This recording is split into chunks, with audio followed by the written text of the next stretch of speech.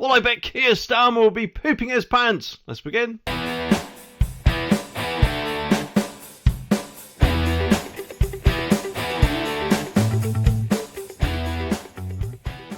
Now, of course, ever since Keir Starmer took over as Prime Minister, he's been grinning like the Cheshire Cat whilst annoying us all in the process. Or most of us anyway, especially considering, some of the things that Labour do actually want to bring in. It just makes me wonder, are they actually using the Labour brain cell to its full capacity, eh? If indeed they actually have one at all. Because let's face it, they've actually been dealt quite a brutal threat, as some people would say, by a Reform MP. So just what's happened then? And what started it all off? Well, according to this, it says Lee Anderson's blunt 7-word message for Starmer as he hails an historical event. So, apparently Lee Anderson actually welcomed a trio of Welsh councillors into the party, declaring, "We're coming to get rid of Labour," and I personally don't blame him. Apparently, 2 of those councillors, David Thomas and Alan Slade, both represented Labour on Torfaen County Borough Council until 2019, and Jason O'Connell, elected as an independent last year, were accompanied by the Reform Chief Whip Lee Anderson, of course, as he completed the formalities today in Pontypool. And obviously, they are not MPs, they're just councillors, but the more people that move over to Reform, the better. And I personally don't think it'll be too long before we actually see it itself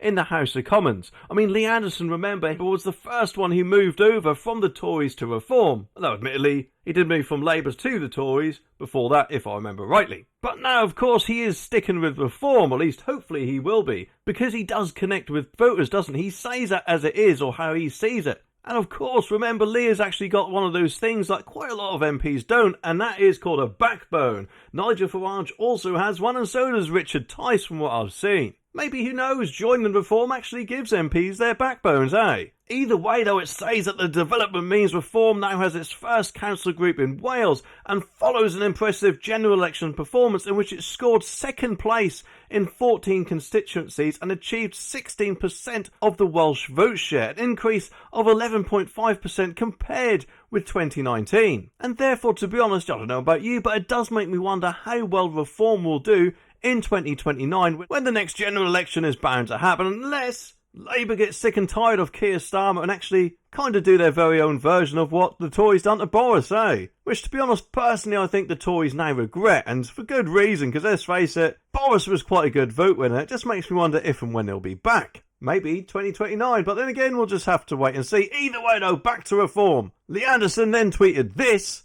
commenting that it's an historical event, and obviously it is, because it's their first councillors from what I'm aware, and first of many no doubt, eh? And in a joint statement, the councillors said, "We have made this decision because in recent months it has become increasingly clear that joining Reform UK Wales will allow us to better serve you." Which obviously, as a constituents, that's all we actually want, isn't it? And by aligning with this party, we can gain access to greater resources, a more robust platform and increased influence, tools that are essential for tackling the challenges our faces. And get this, there's a little hint of what was in store when Mr O'Connell spoke about his election win. He told South Wales Angus, "My view is local politics and has no place for political parties. People realise that local elections are about local politics. What Sir Keir Starmer and Rishi Sunak do doesn't have any influence on education in Torfaen, for example."